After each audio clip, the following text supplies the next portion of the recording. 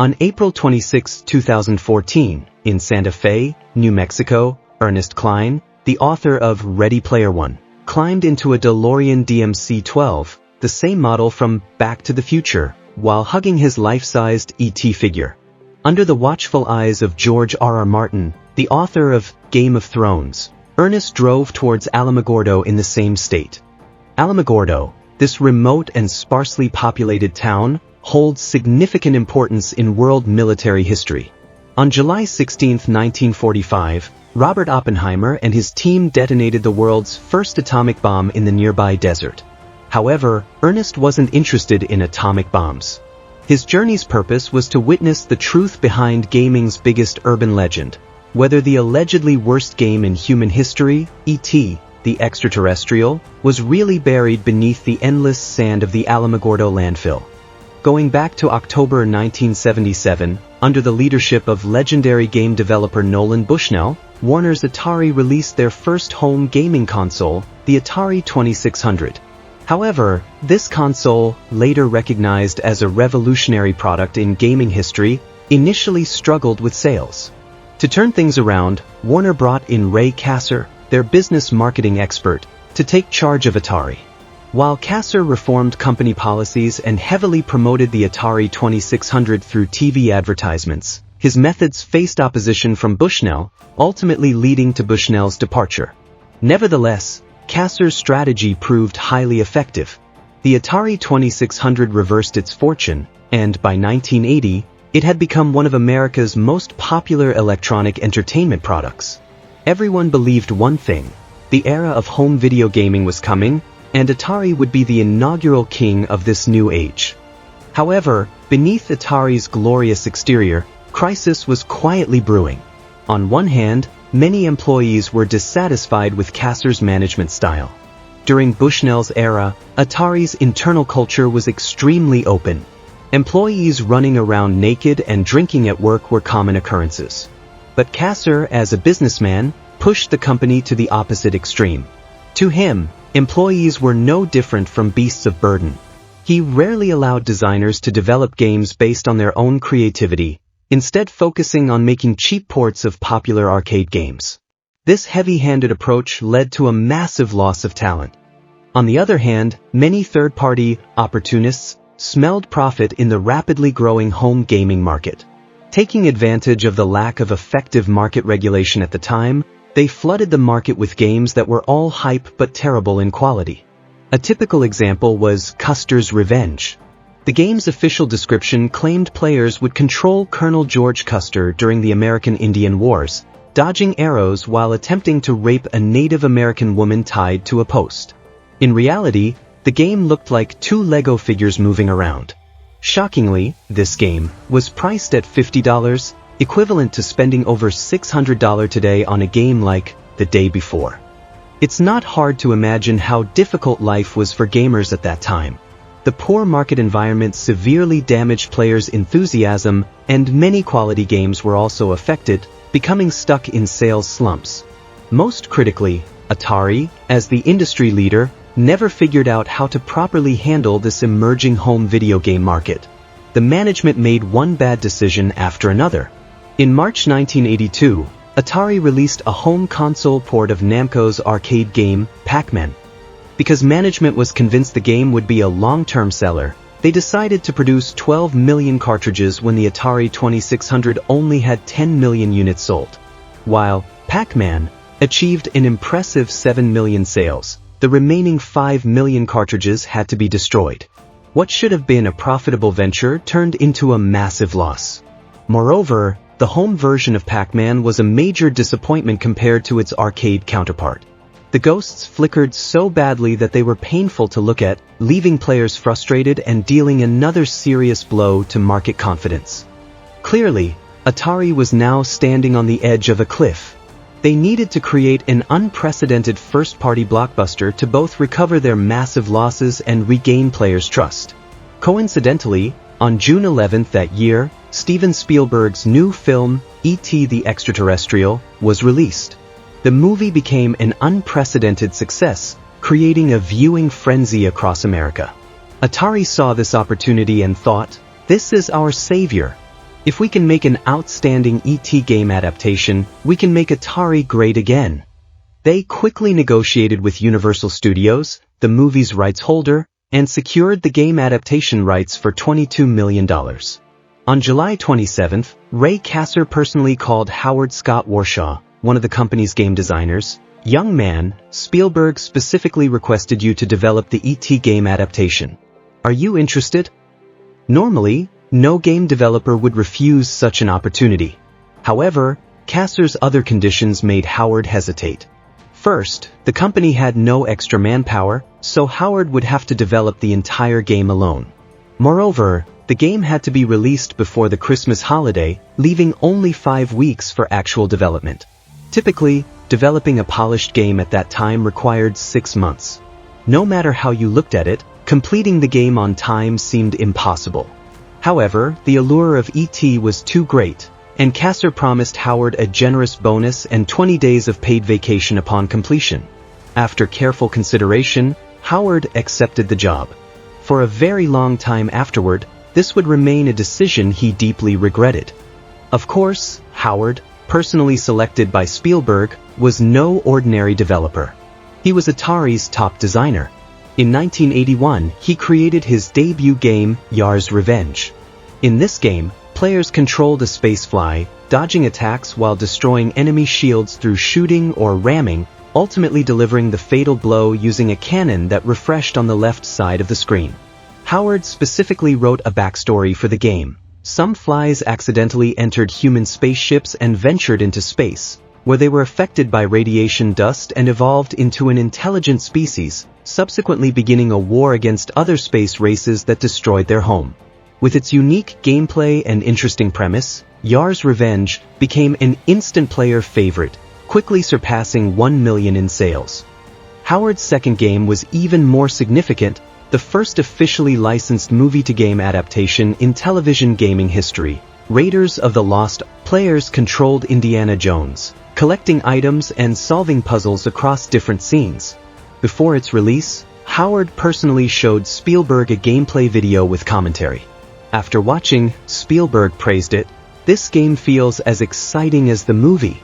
Although some media criticized the game for lacking innovation, Raiders of the Lost Ark achieved huge commercial success, and Howard became Spielberg's favorite game designer. After E.T. was officially greenlit, Howard immediately met with Spielberg to discuss the game's direction. Howard prepared an ambitious adventure game production plan, but Spielberg seemed uninterested. The famous director suggested, "Why don't we just make a Pac-Man clone?" Of course, Spielberg wasn't looking down on Howard, he just really loved Pac-Man. Also, Spielberg probably felt that making a completely new game in just 5 weeks was too ambitious. But Howard didn't want to make a clone game. Moreover, under the technical conditions at the time, cloning a top-tier game like Pac-Man was actually more difficult than creating a simple original game. He persuaded Spielberg, an epic like E.T. deserves a more unique game. Spielberg finally agreed to Howard's proposal. With the vision for the game now clear, development kicked into full gear. To keep up with the tight schedule, Howard set up his workstation at home, letting him work around the clock. Howard later recalled that these were the most grueling 5 weeks of his life. He worked constantly, but fortunately, hard work paid off. On September 1, 1982, E.T. was completed before the deadline, and the game cartridge was handed to Atari's testing staff. Everyone in the company was curious about it, wondering how a game made in just 5 weeks would turn out. To be fair, by the standards of that era, E.T.'s gameplay was quite rich and innovative. Players controlled E.T. through a forest searching for communicator pieces hidden in pits scattered across the map. All of E.T.'s actions consumed energy, which essentially served as his life force. Once depleted, it was game over. While collecting pieces, scientists and FBI agents would constantly interfere. Scientists would capture E.T. and put him in prison, while FBI agents would steal collected communicator pieces. To help players deal with these enemies, E.T. was given several abilities. When E.T. moved to specific locations on the map, indicator icons would appear at the top of the screen. Pressing the interaction button would activate the corresponding ability, Arrows allowed teleportation to another map area, semicolons detected nearby pieces, candy restored energy by consuming collected candies, and fences temporarily drove away enemies in the current area. If you successfully collected 9 candies, you could call Elliot, the movie's main character, when the call icon appeared and trade candies for pieces. Once you collected 3 pieces, you could contact the spaceship. If you returned to E.T.'s landing spot before the countdown ended, E.T. would board the ship and return home. After completing the game, most testing department employees who tried it expressed that they quite liked it. Spielberg himself participated in playtesting and also praised the game highly.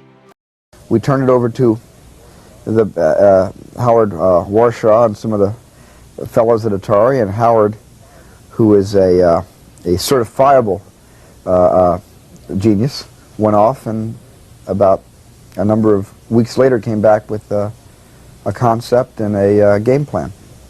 And I saw the game plan, a very rough scheme of the game, and I was amazed at how difficult it was, and yet at the same time how much fun it was to play. It seemed everyone loved E.T., and the positive internal reviews made Atari's management extremely confident. They decided to skip the player testing phase and proceed directly to production and distribution. Considering that the previous Atari version of Pac-Man had achieved record sales despite its poor quality, management concluded that E.T., being of superior quality, would surely be a huge success. Thus, they produced 4 million cartridges in one go. Atari unleashed its full marketing power.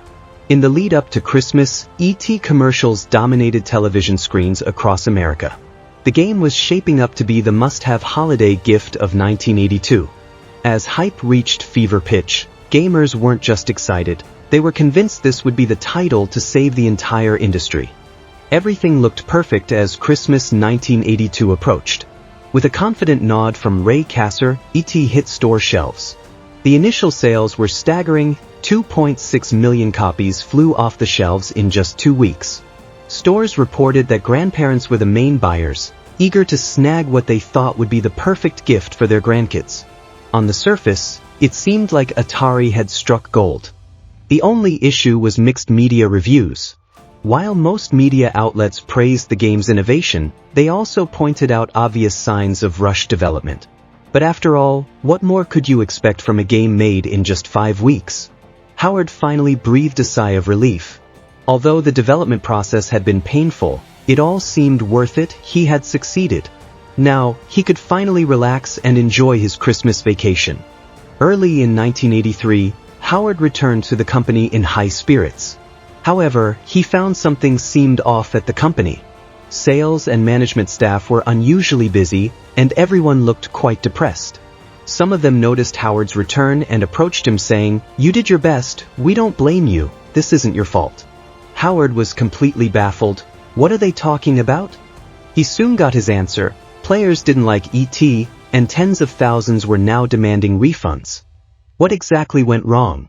Why was a game so well received internally so despised by players? Obviously, Atari's testers and Spielberg had overlooked one crucial fact. E.T.'s gameplay was quite complex for its time, and the game itself had no tutorial. Understanding how to play relied entirely on the instruction manual. Testers and Spielberg were hardcore gamers willing to spend time studying the mechanics, and if they got stuck, they could always ask Howard for guidance. But the children who received the game for Christmas were different. They just wanted to jump into a simple, easy-to-understand game and have fun. How many kids would actually read the instruction manual carefully before playing? Furthermore, due to the extremely tight development schedule, the game lacked polish. The sound effects were terrible, the visuals were crude and monotonous with only forest and city scenes, and even E.T.'s color was completely different from the movie. There were also numerous bugs. For instance, the previously mentioned fence ability was supposed to drive enemy characters out of the map, but in reality, it usually just made enemies glitch and twitch in corners. The most fatal issue was the terrible pit detection for E.T. If even 1 pixel of E.T.'s body overlapped with a pit entrance, he would fall right in. That wasn't all. If you chose a poor position to climb out, you could immediately fall back into the pit. Combined with the dense distribution of pits across the map, Most players' impression of the game became aimlessly wandering through a forest, struggling in an endless cycle of falling into and climbing out of pits, while being pursued by randomly spawning enemies. Thus, E.T. became children's Christmas nightmare of 1982. Players were already dissatisfied with the chaotic home console game market, and now a heavily promoted first-party title by a star developer had so many issues, it was the last straw. A massive wave of criticism and accusations flooded in. While players were furious, Atari internally was also in chaos. They had planned to use E.T. to recover their losses, but now not only were over 1 million unsold games sitting in warehouses, but returned cartridges were continuously flowing back to the company. Atari repeatedly lowered the game's price. E.T. cartridges originally priced at $38 gradually dropped to $8, but still to no avail. Meanwhile, the emerging personal computer market dealt Atari another heavy blow. With more powerful and cost-effective personal computers available, who would want to buy an Atari console with its low performance and abundance of terrible games? Atari's console and cartridge sales plummeted, and the market rapidly shrank. In 1983 alone, Atari lost $536 million. Ray Kasser resigned in July of that year. In September of the same year, local media in Alamogordo reported shocking news. Dozens of semi-trucks from an Atari store in El Paso, Texas, had dumped large quantities of unsold Atari products in the Alamogordo landfill. Although Atari insisted that only defective products were disposed of, media soon reported that local children had discovered E.T. and other game cartridges near the burial site. Curiosity seekers flocked to Alamogordo for this treasure hunt. To prevent these people from digging up dangerous chemical waste, the Alamogordo city government sealed off the landfill and covered all the Atari waste with a layer of concrete. The rumor of E.T. being buried in the Alamogordo desert became a famous urban legend in gaming circles. Of course, Atari's troubles were far from over. In 1984, Warner laid off 70 Atari employees, but still couldn't turn the situation around. Finally, Warner simply split up and sold Atari. The initial king of the video game industry, Inglorious, left the historical stage, in what became known as the Atari crash. As for the E.T. game, the criticism it received didn't diminish with Atari's fall. It was demonized by various media as the chief culprit of the Atari crash, and its reputation steadily declined from mixed reviews to universally negative, ultimately being crowned as the worst game in gaming history. Howard Warshaw's life was also greatly affected by E.T.'s failure. Before E.T.'s release, his Yar's Revenge was considered by many as the best game on the Atari 2600, but in less than 2 years, he became a villain of history and an industry failure. His colleagues didn't blame him. Everyone in the company knew that creating a game single-handedly in just 5 weeks and achieving what he did was already a miracle. However, he couldn't bear the external criticism and left the gaming industry. He tried many different jobs afterward but never found the same passion he had at Atari. In 2012, he earned a master's degree in psychology and became a counselor, finally finding stability again. This was 30 years after E.T.'s release. During this long period, a small number of players who liked E.T. constantly tried to rehabilitate the game's reputation, but with little success. In January 2013, programmer David Richardson released a modified version of E.T. In this version, E.T. finally had colors closer to the movie, didn't lose energy just by walking, and most importantly, wouldn't fall into pits due to single pixel overlap. Howard himself really liked this version. For him, someone had finally accomplished what he had wanted to do but couldn't due to time constraints. In April 2014, Microsoft's gaming division led the production of a documentary about E.T. and the Atari crash called Atari: Game Over. Director Zach Penn interviewed many players and gaming industry leaders about their views on E.T., with many offering positive feedback. The production team also found Joe Lewandowski, a renowned American waste management expert and archaeologist, to search for the legendary buried E.T. cartridges. Joe lived up to expectations. Using just one photograph, he precisely located where Atari had dumped their waste in the thousands of square kilometers of the Alamogordo landfill. On the afternoon of April 26, witnessed by numerous gaming enthusiasts led by Ernest Cline, The excavation team dug through 6 meters of other waste, broke through the concrete layer, and finally uncovered the treasure hidden beneath. Inside the crushed packaging, E.T. and other Atari game cartridges remained intact. Howard himself came to the excavation site, and at this moment he appeared deeply moved. Perhaps it was only then that he finally made peace with his past self. What's this moment like for you? Look at all the excitement that's been generated today over something that I did 32 years ago.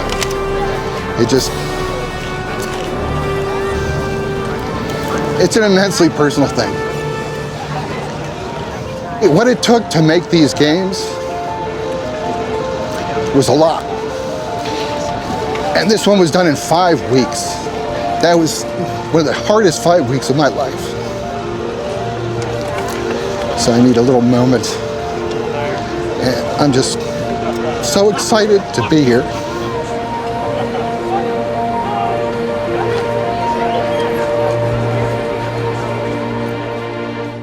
After Atari Game Over was officially released, the public finally began to view E.T. more objectively. While it indeed had many problems, it also had its merits. Many people believe its semi-open-ended progression could be seen as an early prototype of modern open-world games. It reflected early game developers' exploration of creating interesting gameplay under extremely limited hardware conditions. E.T. wasn't the worst game in history. It wasn't even the worst game released in December 1982. It was simply a game that was released at the wrong time, marketed in the worst possible way, sold to the wrong players, and consequently earned an undeserved bad reputation. Fortunately, it finally received a fair conclusion. Later, when media asked Howard Warshaw about his thoughts on everything that had happened over the years, he gave a rather amusing response. If any media wants to remove E.T. from the list of worst games in history, I would be very disappointed. As a final note, Professor Rayford Gwynns from American Studies of Culture and Technology is also a devoted fan of the E.T. game. When interviewed by the Game Over crew about his thoughts on E.T., this professor, who possessed quite a trolling spirit, made this amusing statement. And I'm going to go out on a complete limb here and say, and maybe people will attack me for this, but I'd rather play Atari's E.T. than any Call of Duty.